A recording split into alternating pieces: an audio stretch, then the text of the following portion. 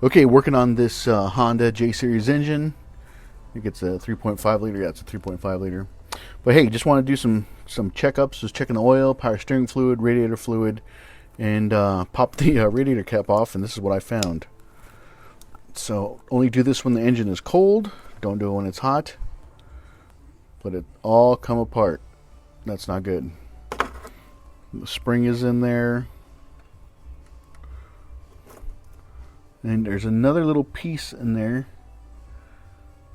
that is not floating but stuck down there, if you can see it. Do you guys see that? Right there.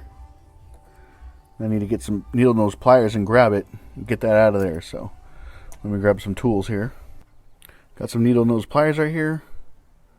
Just getting down there, pulling it out. You don't want to leave that down there. What a hassle, what a hassle. So anyways, got a couple radiator caps here.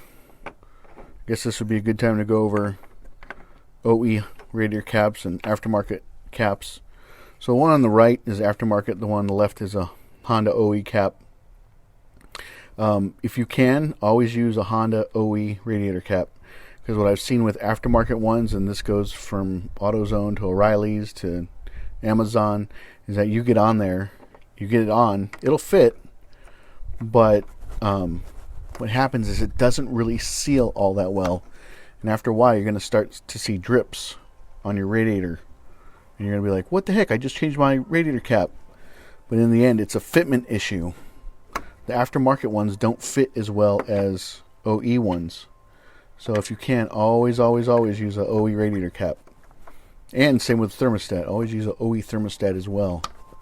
So, there you go. If you see this, replace it. Do not run your vehicle on a bad radiator cap like that. Have I been saying thermostat this whole time?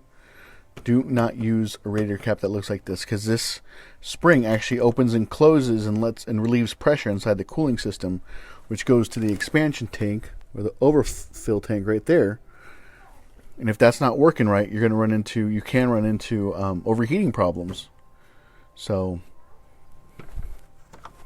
if you can, always go with an OE radiator cap. Don't skimp out and go with a cheap one, because you're going to run into leaks. Plain and simple. So always use a quality radiator cap, and always get out all the pieces you can. I've also seen it where this part is gone or missing. It's been in there so long, it's been in the fluid so long, it goes deeper into the radiator and you can't get it out.